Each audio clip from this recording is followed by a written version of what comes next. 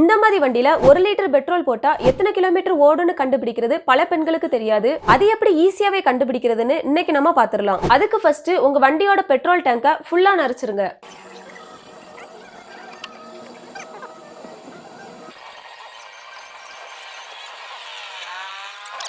இப்ப பாத்தீங்கன்னா நமக்கு ஃபுல்லாவே நிறைஞ்சிருச்சு. அதே மாதிரி நீங்க பெட்ரோல் நிரப்பும் போது இந்த மாதிரி பெட்ரோல் நிரம்பி வழிற அளவுக்கு நிரப்ப வேண்டாம். இதை விட கொஞ்சம் கம்மியா டேங்க் ஃபுல்லானாலே போதுமானது. இனி நம்ம பெட்ரோல் டேங்கை மூடிடலாம். அடுத்ததா உங்க வண்டியை ஓட்டுறதுக்கு முன்னாடி இதுவரை உங்க வண்டி எத்தனை கிலோமீட்டர் ஓடி இருக்குன்னு மொத்த கிலோமீட்டரை ஒரு நோட்ல குறிச்சு வச்சுக்கிடுங்க. இந்த வண்டி பாத்தீங்கன்னா 5999 கிலோமீட்டர் ஓடி இருக்கு. அதனால இந்த 5999 இந்த நோட்ல எழுதிடலாம்.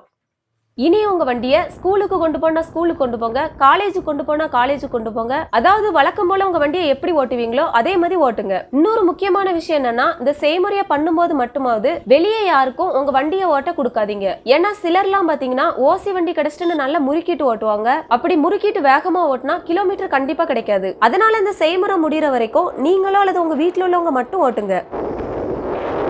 இப்படியே நம்ம தேவைக்கு ஓட்டும் போது ஒரு கட்டத்துல பெட்ரோல் டேங்க்ல பெட்ரோல் குறைஞ்சி கடைசியா ஒரு பாயிண்ட் தான் பெட்ரோல் இருக்குன்னு இந்த மாதிரி ஸ்கிரீன்ல காமிக்கும். அந்த நேரத்துல மறுபடியும் பெட்ரோல் பல்க்குக்கு போயிருங்க. பெட்ரோல் பல்க் போய் சேர்ந்ததும் மறுபடியும் மொத்தமா எத்தனை கிலோமீட்டர் ஓடி இருக்குன்னு நோட் பண்ணிருங்க. இப்ப நமக்கு பாத்தீங்கன்னா 6213 கிலோமீட்டர் மொத்தமா ஓடி இருக்குன்னு காமிக்குது. அதனால நோட்ல 6213 கிலோமீட்டர்னு எழுதிடலாம். இனி நம்ம வழக்கம் போல மறுபடியும் பெட்ரோல் டேங்கை ஃபுல்லா நிரப்பிடலாம். இப்ப 0 காமிக்குது. இனி டேங்கை ஃபில் பண்ணதும் எத்தனை லிட்டர் பெட்ரோல் போட்டிருக்குன்னு இந்த ஸ்கிரீனை பார்த்து நோட் பண்ணிக்கிடணும்.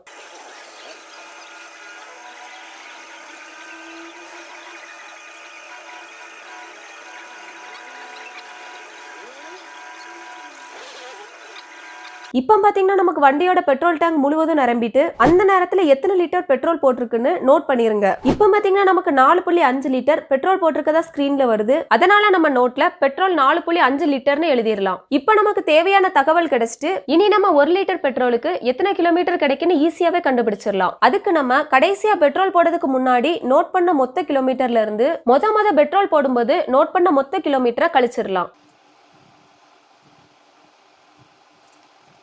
இப்ப கழிக்கும் போது பாத்தீங்கன்னா 214 வந்திருக்கு. அதாவது நம்ம டேங்க்ல ஃபுல்லா பெட்ரோல் நிரப்பினதுக்கு அப்புறம் 214 கிலோமீட்டர் ஓட்டியிருக்கோம். அடுத்ததா 214 நம்ம கடைசியா நோட் பண்ணி வச்சிருந்த 4.5 லிட்டர் பெட்ரோல் அளவால வகுத்துற வேண்டியதுதான்.